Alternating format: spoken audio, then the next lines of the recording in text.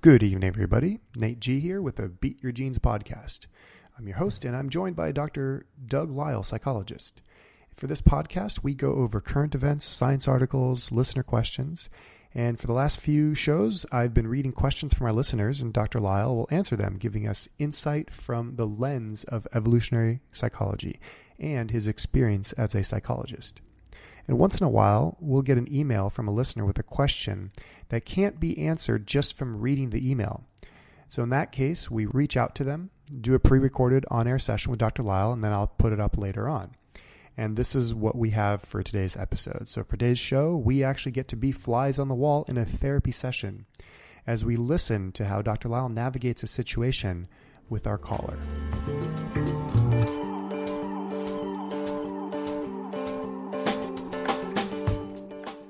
Calling in, and just give me a background about what it is that we're trying to look at and what we're trying to improve. Okay, well, I am a 47-year-old divorced and single female. I come from of England. I was married for about 6 years, so a very short marriage and a long time ago. Just a few facts about the marriage. My ex-husband was engaged twice before our engagement. We were engaged for about 6 months after we first got together, so the courting stage was about 6 months, I would say. The reason why we got together in the first place is through a casual mating encounter, as you would call it. During the marriage, he had multiple extramarital affairs.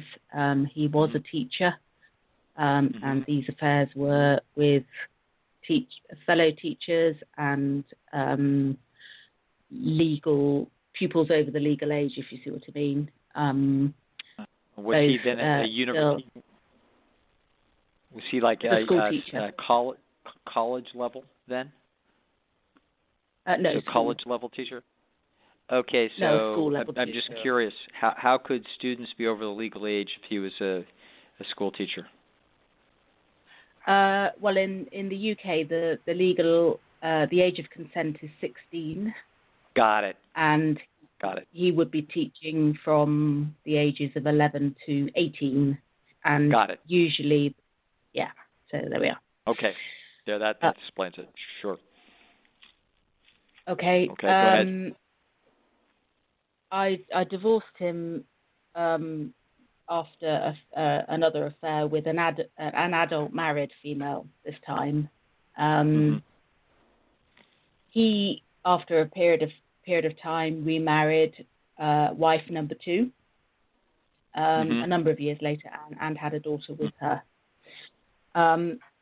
Another long story about how all this came about, which I won't go into, but he ended up being convicted of child abuse with this time male 13-year-old pupil at a school a long time ago before we got together. So it's one of those historical cases that came up after a period of time, and spent 2.5 years in jail. Okay. Throughout his jail time, he was still married to wife number 2, but he'd already started an affair with another woman. And on his release from jail, he separated from his second wife. Once I knew about the separation, he has a further daughter with the second wife, and he has 2 children who are grown up now, children with me. Okay.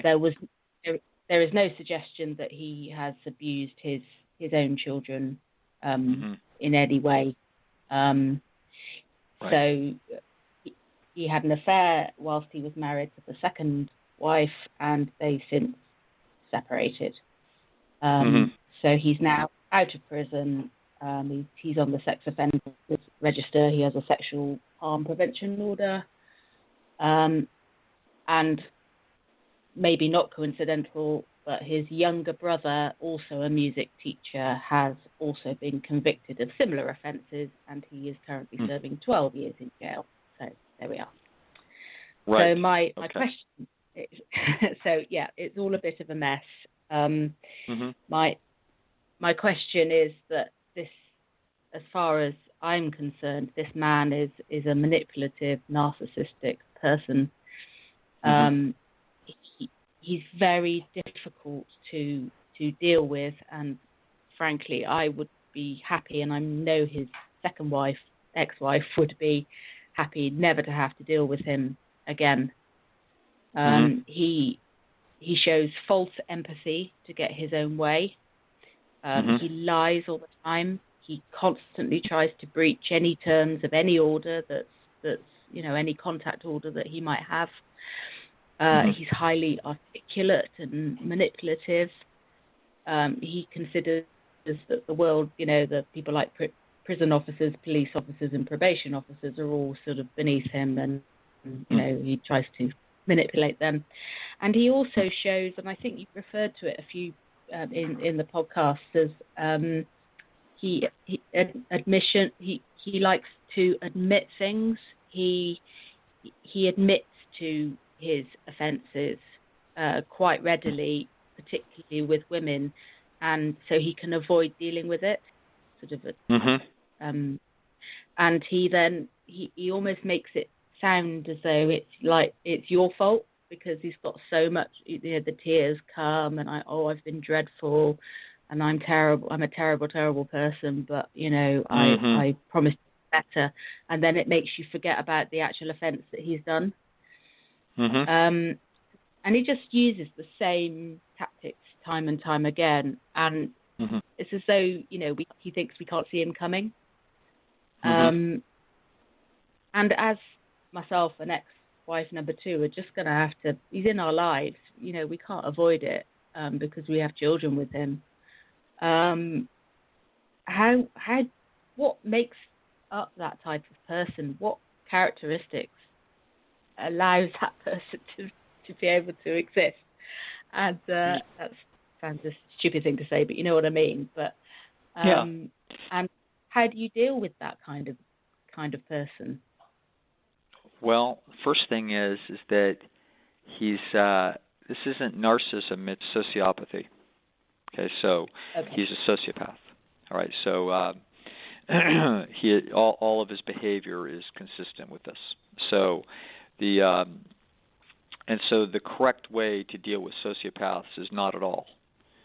There is no way to deal with a sociopath. The job is to get your life as far from a sociopath as possible, and if you have to deal with a sociopath, you deal with them behind every barrier of legal restraint that you can. Okay, so that is the solution. So you made a comment about how he's in your life and you have to deal with him. I'm not sure why. Tell me, under what circumstances would you ever have to deal with him? Okay, well, as I said, my children are grown up now, so I spent many, many years dealing with him picking up the children and dropping them off, and that kind of sort of parenting thing. Right. And I don't have to do so much of that now, obviously, but he also kind of surrounds himself with. He's surrounded by enablers. So his parents think he's absolutely wonderful. His current girlfriend thinks he's brilliant, and they can't see that he's done anything wrong whatsoever. And so he has that sort of bedrock of support. And so maybe if my children got married,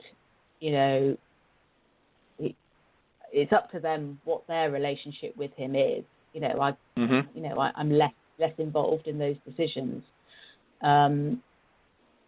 So I wouldn't possibly see him at weddings and family events, that kind of thing. Let's slow down. We're going to slow down here. Okay. Like right now, he shouldn't be picking up your children at all. These children are what ages? Oh, they are 20 and 17, and no, he isn't. Okay. Now, no, personally, I don't have to see him regularly for any reason whatsoever.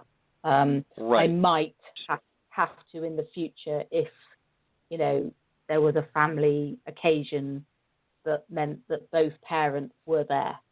Now, the situation is slightly different with his ex-wife, number two, because her child is a lot younger. Her child is a toddler, and the legal system in this country would say, look, if he's no physical danger to the child, then the chances are, even if it was in a controlled situation and supervised, he would be able to see her for an hour a month.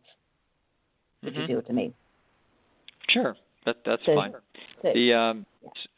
Let's back up. So he's not having he's not coming by to pick up any of your children now at your home. No, he's not. So I don't see any reason why we would ever have to see this man. I'm not sure. What reasons would there be for you to ever lay eyes on this guy again? Okay, so if my daughter got married, right, then the chances are, if she in the future had some kind of relationship with him, he would have to be he would be at the wedding, and I would be at the wedding as her mother, and right. So this is you looking. Like yeah, you're looking. Well, occasions like that, though. Tell me what other occasions. I have a feeling what we got your conscientious brain looking through the worst case scenario for good reason, because this guy's a total worthless sleaze and he's a snake. And so, of course, it's reasonable for you to be worried about it, but that's what we're trying to do here is reduce your anxiety and give you more inner peace if that's appropriate. So let's look now, apart from a wedding, what other circumstances could ever come up that would call for you and he to be in the same place?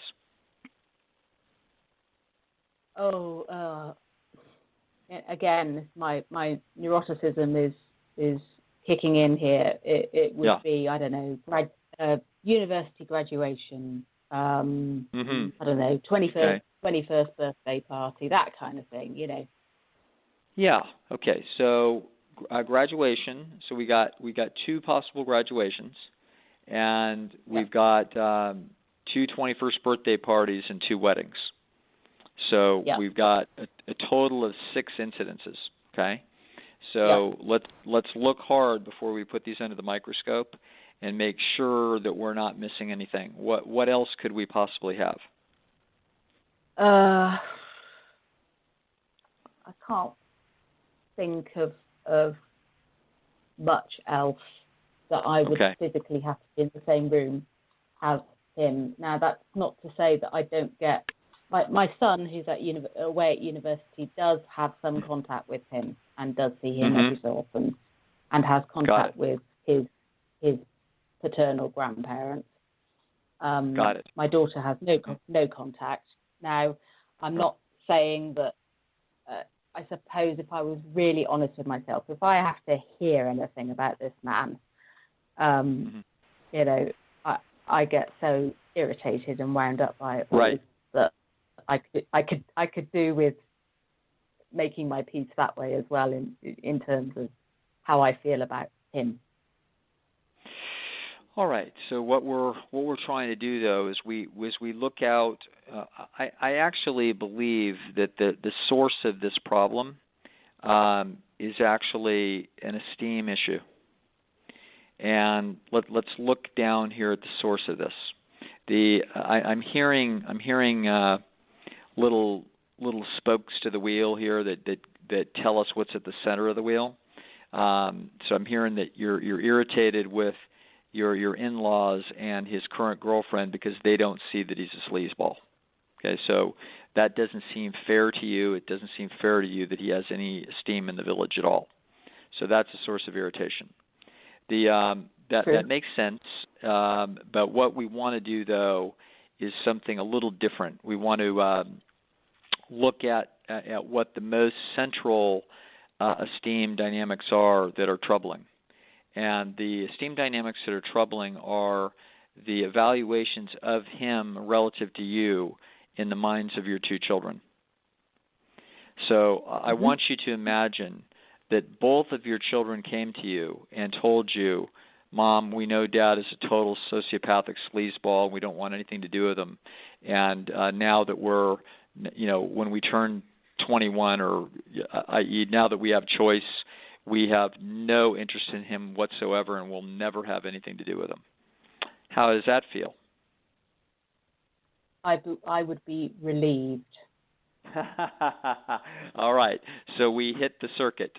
Okay. So we are able to see that that's actually what's going on. So what's going on is you have anxiety over the fact that this guy has enough charm to essentially seduce your children into giving him status. To the dark side, yeah. Yeah, this is, and let's face it, he seduced your clothes off of you, got you to the altar. So the point is that you're well aware that his sociopathy is effective enough that he could potentially sell particularly his own children, all right? His own children have Hamilton's rule working against them, so they're likely to be fairly altruistic towards their father. So they're going to give him the benefit of the doubt. After all, it is their genes. And so we've got a problem in the middle of this mix. So let's now tell me about it's interesting that your daughter has, quote, no relationship with him. Tell me about what your daughter seems to think and feel about her father.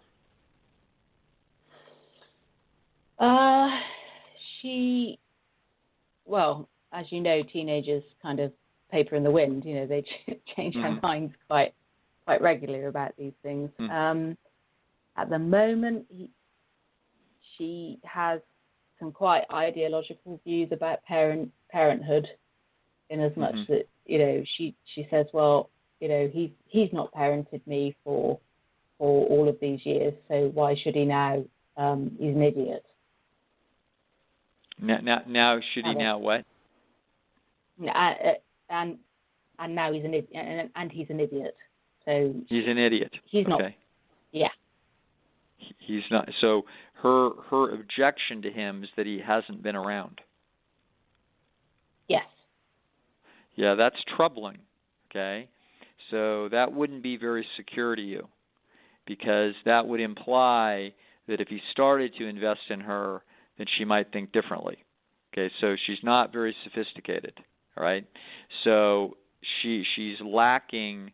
Does she understand that this is a completely pathological criminal?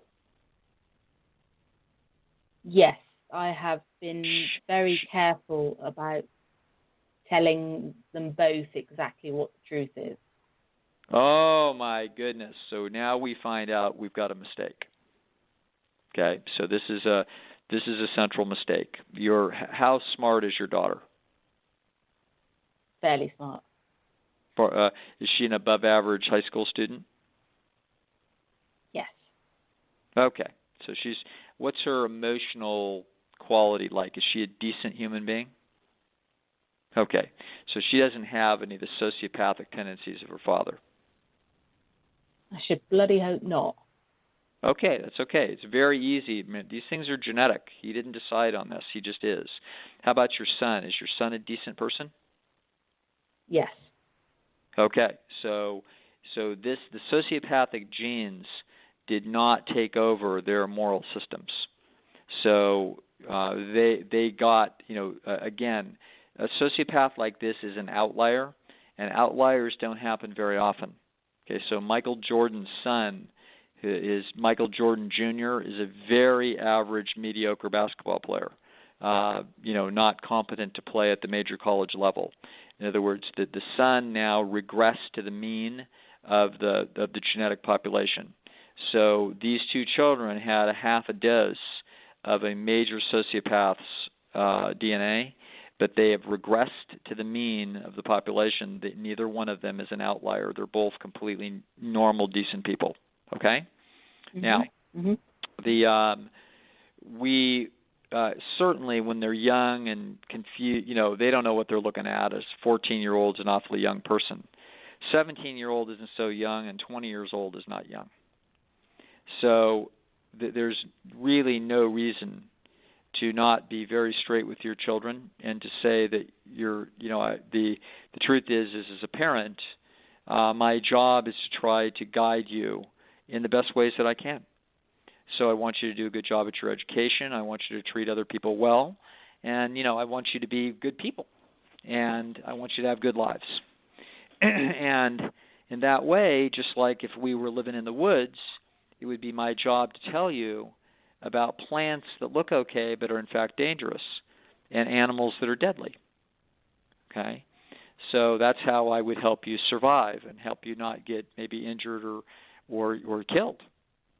And so I would teach you about poison oak and poison ivy, and I would teach you about poisonous spiders.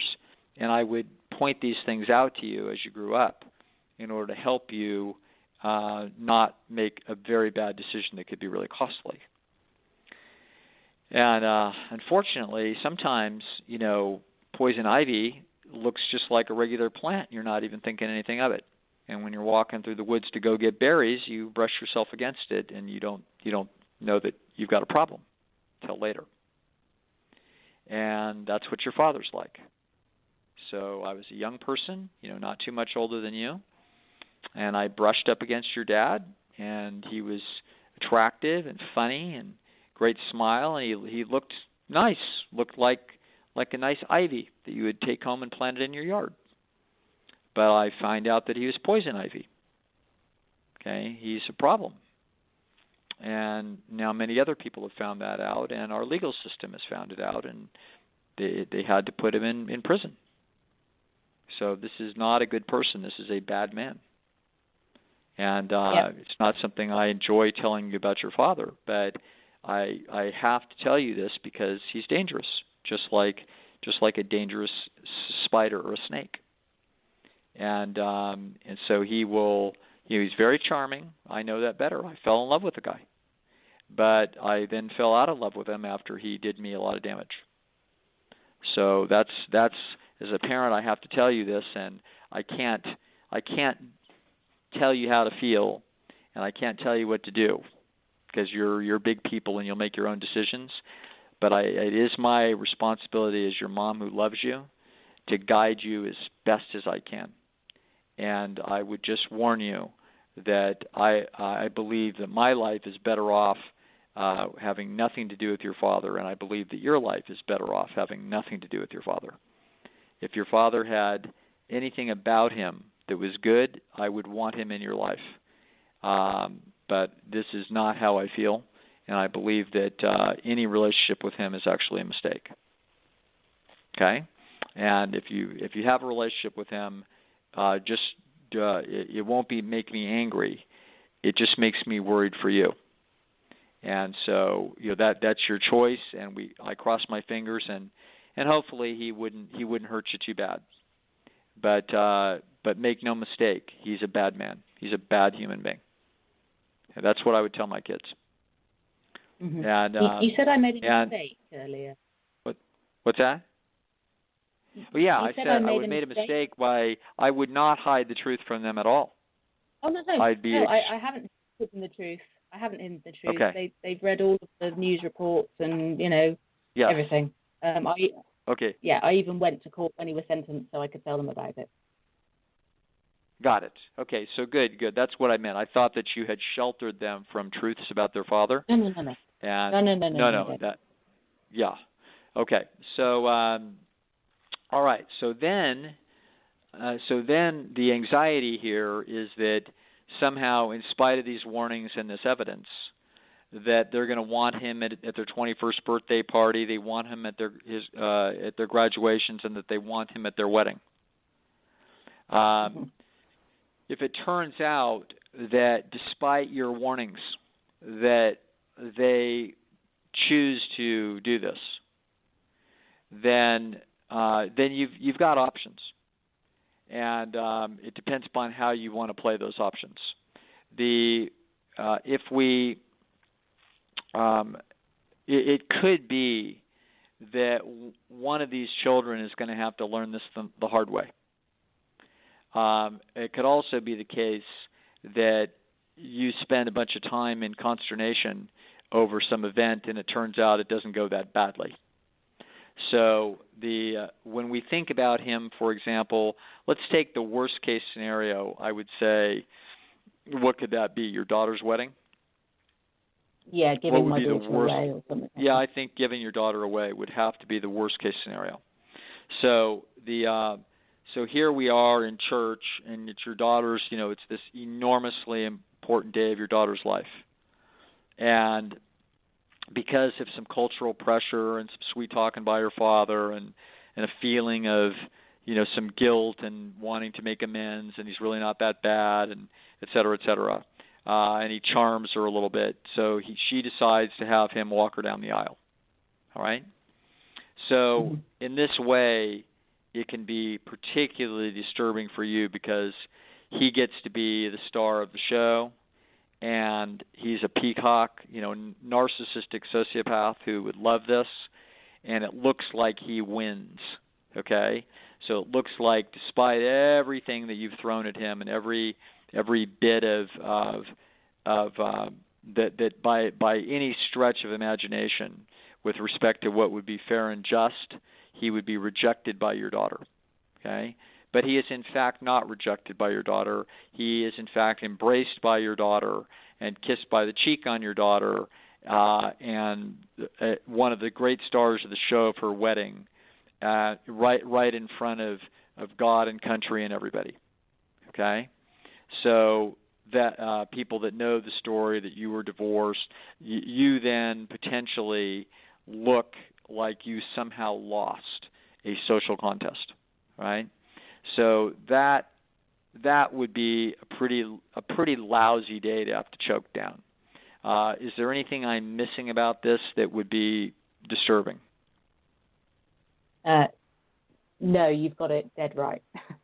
I got it dead right. Okay. All right. Now, let's talk about this. That is a social process that you almost certainly have control over. So you can choose whether or not that takes place or not, and this is how you do it. If you would really like to not have to live with that and live with that memory for the rest of your life, which you might not want to, you would know yourself well enough whether or not you could shrug your shoulders. We can look into the future and know that that the only reason your daughter would do this is because she doesn't have enough knowledge of her father. Okay, that she could make a mistake here and not actually have enough information about him. That within a few years post any wedding, she will be thoroughly disillusioned and disgusted and everything else under the sun, etc. Okay, so however, you might not be too happy about having to live with the fact that he gets to walk around gloating in his own mind that he won on that day. And that was a pretty damn big day for him to win. And it's a pretty damn big day for him to win when you raised these children and had to escape this total sleazeball, and that he comes in at the 11th hour and wins the prize. It just is. It's a disgusting scenario that all this is about is status. So there's nothing else that's involved, and the real relationships that mean the most to you in this life would not ultimately be long-term affected by this.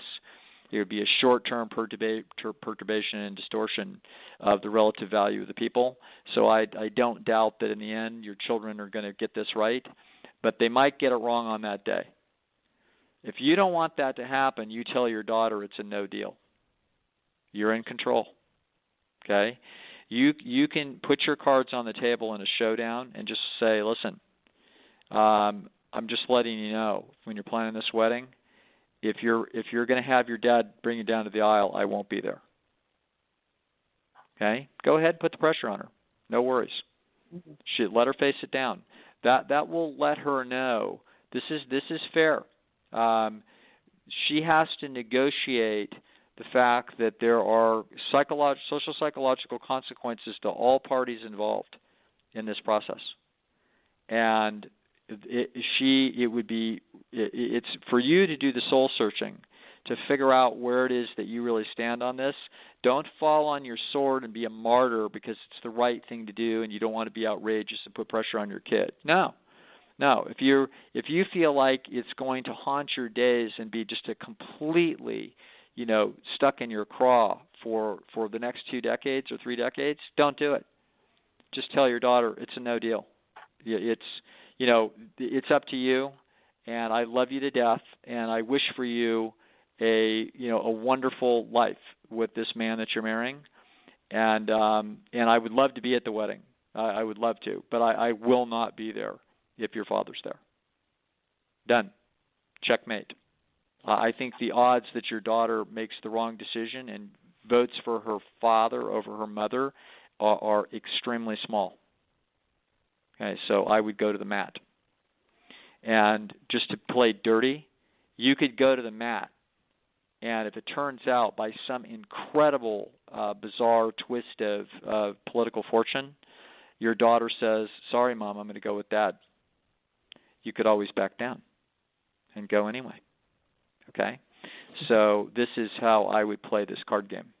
And I would plan, to bluff, though, by not bluffing. My plan would be to say, you know what, love you to death, wish for you a great thing. I'm not going to live with the visions in my mind of him walking you down the aisle. I'm just not going to do it.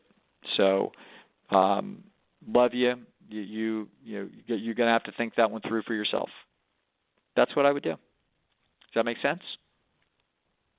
Wow. Yes, it does. Okay. Yeah. Well, this is how you play hardball. Okay. This is how you do it. So, you're in control here. It's useful to know that I believe you're in a position of power over this outcome. And you can do the same thing with your son. So, no problem. You say, listen, no problem. I'm behind you all the way. I'm just delighted. I'm just tickled to death that you found a girl that you want to marry and have a life with. But if your dad's coming to the wedding, I'm not going to be there. Checkmate. Okay? Your dad can get a video of the wedding. That's fine. He can send you a gift. That's fine. You can call him up and have him congratulate you. That's fine. But if he's there, I'm not there. Just win this game. Don't let him win it. Okay? You could do the same thing with graduations. Glad to send him a video. Okay? No problem. Send him a video, phone call, congratulations. He could send a graduation present. But if your dad's going to be there, I'm not going to be there. Just run the table on this son of a bitch. Win them all. Okay, graduations, birthdays, weddings. He does not deserve to be there, and he doesn't deserve to be in your memories with respect to these things.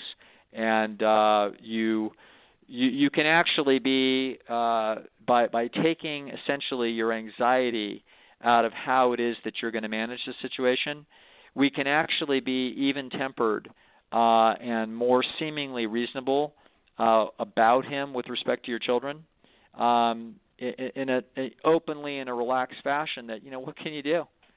What can you do? The guy charms me. He's a total sleazeball. He's a snake sociopath. And, he's going to make a mess of a bunch more people's lives for a while. Fortunately, he didn't mess up my whole life. It's all great. I got 2 great kids. I've got a good life. Everything's fine. And, but, I've got a rock in my shoe. He's a little rock in my shoe, and every now and then I step on it and it hurts my foot. But otherwise, my life's good. And so we don't hide from our children how utterly disgusted and rejecting we are towards this man, and we let them know, hey, I hope he's a snake and he's a poison ivy, and I hope that don't get yourself too vulnerable with this guy. Don't get to be too close, because the closer you are, the more likely it is that you're going to get burned. Don't put the poison ivy near your genitals. Keep it on your ankles. Okay? Okay. All right. This makes some sense? Brilliant. It does make a lot of sense. Thank you.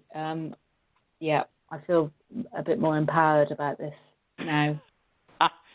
That's beautiful. That's exactly where we are. So, yeah, go ahead.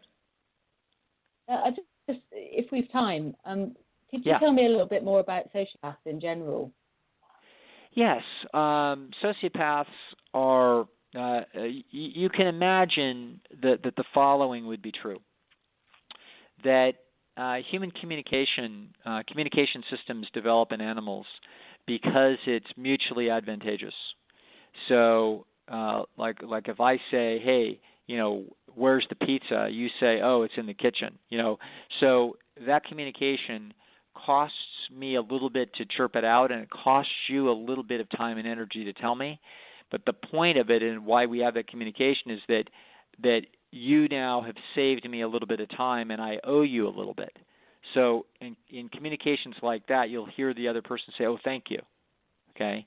So this is thank you means I owe you. You get a little bit of credit because you took a little bit of time to help. So human beings are extremely cooperative, and their cooperation can become more and more efficient the more sophisticated their communication. So when the doctor says, well, tell me exactly where it hurts, he's trying to help you, and he's trying to figure out if he knows something about what your situation is so that he can prescribe something, some process or medicine that might be able to help you. So communication has evolved because of its value in mutual assistance, the efficiencies that are involved there. All right? Now, but communication means in principle that what it is that I say can influence what it is that you're going to do. So essentially, communication is manipulative. So we use that term now in the most generic, accurate frame possible. It doesn't mean that I'm manipulating you to trick you into do something for my benefit. No, it means that the reason I'm saying what I'm saying is because I'm attempting to influence you. Okay? And so when a father says to his son, get out of the street, he is manipulating his son. Right? So, but he's doing so for the son's best interest and the father's best interest. So it's actually, so instead of the word maybe manipulate, which has too negative of a connotation, we might say influence. So the purpose of all communication is to influence the receiver. Now, because that's true, it's been unbelievably useful across the course of evolution to be influenceable. So when Dad says get out of the street, you get out of the street. When Mom says don't eat that one's poisonous, you don't eat it. So it's extremely valuable to be subject to influence, influential communications. That possibility, though, that capability of being influenced, have your behavioral trajectory altered by communications from someone else, that means that you are open to being exploited. Okay? So that means someone can be lying to you. They can tell you, no, this swampland is going to get EPA approval, it's going to be fine, and they're going to drain the swamp, so you should buy now while it's cheap. Okay? This is deception. And so deception is about trying to get people to engage in relational transactions, trades, when they would not have made those trades had they known what the real truth was about the situation. So this is the danger of communication is that communication can result in deception. And so you can imagine on the bell curve that people that are reasonably honest in their communications and not particularly deceptive wind up dominating the gene pool because there's going to be bullshit detection equipment that is going to evolve to defend itself against deceptive communications. And there's also going to be memory systems that are going to remember who is deceptive. There's going to be a whole host of of essentially communication sub-strategies that are going to see to it that this organism that may kid a great deal does not wind up getting deceived too often.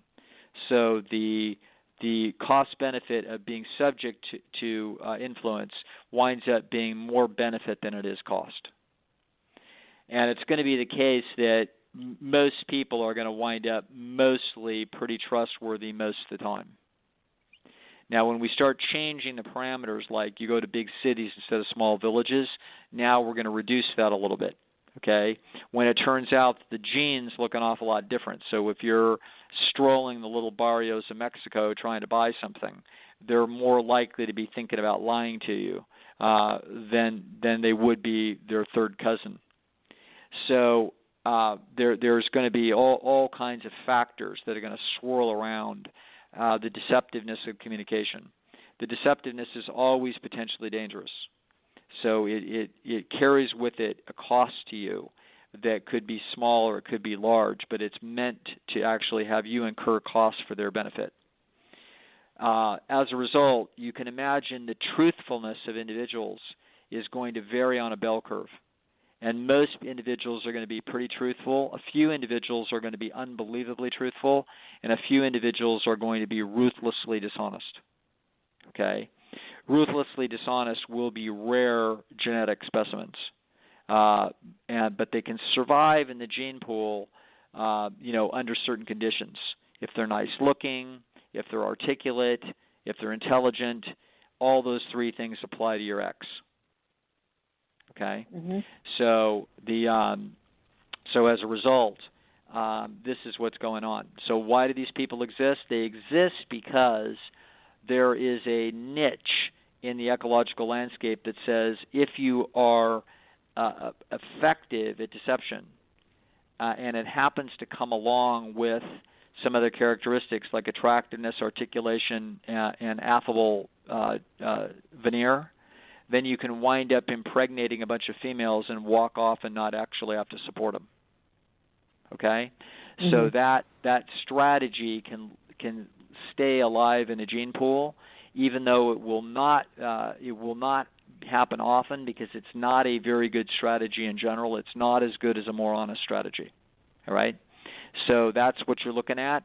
That's why it comes about. It comes about because of the inherent possibility of the utility of deception. So this guy is and that's what we call a sociopath. So a sociopath or a psychopath, it's the same thing. It's not the same as narcissism. So narcissism is someone who, overvalues themselves relative to the truth, which means that they're very disagreeable, because they really believe that they deserve more than the rest of the market thinks they deserve. So they can be very angry, they can be violent, etc. They can be very difficult to deal with, but they are not a sociopath. A sociopath, we have to have very low conscientiousness. Okay, so basically there's no conscience there. They actually see people as objects from which to get things and to try to get them at the smallest price, which is exactly what the rest of us do, except they are completely willing to be deceptive, which we are not. Okay? So they're up to the same things that everybody else is up to, except for their total willingness to be completely deceptive. And so that's what your X is. Your X is a sociopath. He may also be narcissistic as well. It becomes more obvious that there's something very wrong when they are both disagreeable and sociopathic. All right? So, but he isn't necessarily both. Okay, on at the same level. So yeah. He after a couple of years of married life. And yes. this happened with ex number 2 as well. He got disagreeable. Nothing was ever right. Just got, terribly, would, moan about everything. Nothing was good enough. Yes. Yeah. So this is all, whatever the machinery is in his head.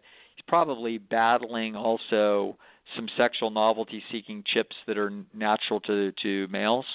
And so after he had, after he had sex with you for a while, that suddenly wasn't as exciting. And so now the whole package, the whole cost benefit on being married doesn't look very good. And so now suddenly he's bitching about everything, and he's going to then move on, which he did, not towards divorce, but in fact just starting to have his own total sexual life outside of the relationship. So this is he's a sociopath. This is a scum of the earth. All right, this is fortunately he doesn't have a violent streak to him, or else he would have killed people and beat you up and did all kinds of the rest of the 9 yards. He doesn't have that aspect to him, so he's a non-violent psychopath, and these people are horrendous. They're horrendous individuals. They are effectively they're the most creepy, dangerous thing that there is in the world, which is they're a very, very smart, amoral animal. Okay? The movie Invasions of the Body Snatchers, you know what I mean, which is an unbelievably creepy movie about aliens that inhabit humans and you can't tell the difference. That's what they're like. Okay? Yeah. And I've met many of them. 15 years in criminal justice. The vast majority of people that are incarcerated for major crimes are not psychopaths. But when you meet them and you interact with them, you realize there it is. There it is. There is a cold, ruthless cunning that is all about itself. Okay? And it does not have normal human empathy mechanisms at all. And this is a total snake. So this is why we're not histrionic about explaining this to our children. We do it kind of dispassionately, but firmly, and with emphasis that this is a bad human, just in the same way that I'd warn you against a black widow spider. Okay, so it's the same way I'd warn you against poisonous materials, poisonous fruit that looks attractive, and you think that you might want it, and if you bite into it, it tastes sweet, but it's going to kill you. Okay, this is exactly why I'm here as your parent. So this is what I'd communicate, and that's what it is. So it's a great phone call for people to listen to, because not too many people get head to head and close and personal with a psychopath, but you did, and normal people can, and when you do, you need help and you need clarity, because your job is in principle, our life is better if you never lay eyes on this son of a bitch again. Okay? It was utterly devastating, because the charm. I mean, he's not a particularly amazing physical specimen. Right. And I from having listened to your work, which has been really, really useful, I've come to the conclusion that he treated every encounter as a casual mating encounter. Had absolutely no wish to commit or settle down or with anyone whatsoever. And what he used to do, and I'm not going to go into too many details about his life because he's readily findable. What he used to do was use his artistic skills in order to be his advertisement. So that's what he used to draw people and use sexual conquest into his sexual lair.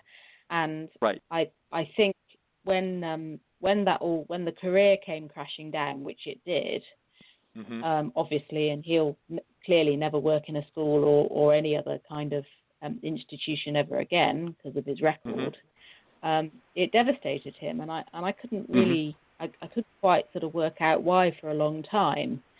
And please say if I'm wrong about this, but I came to the conclusion that it was actually because he had been stopped in his pursuit because the arena had gone.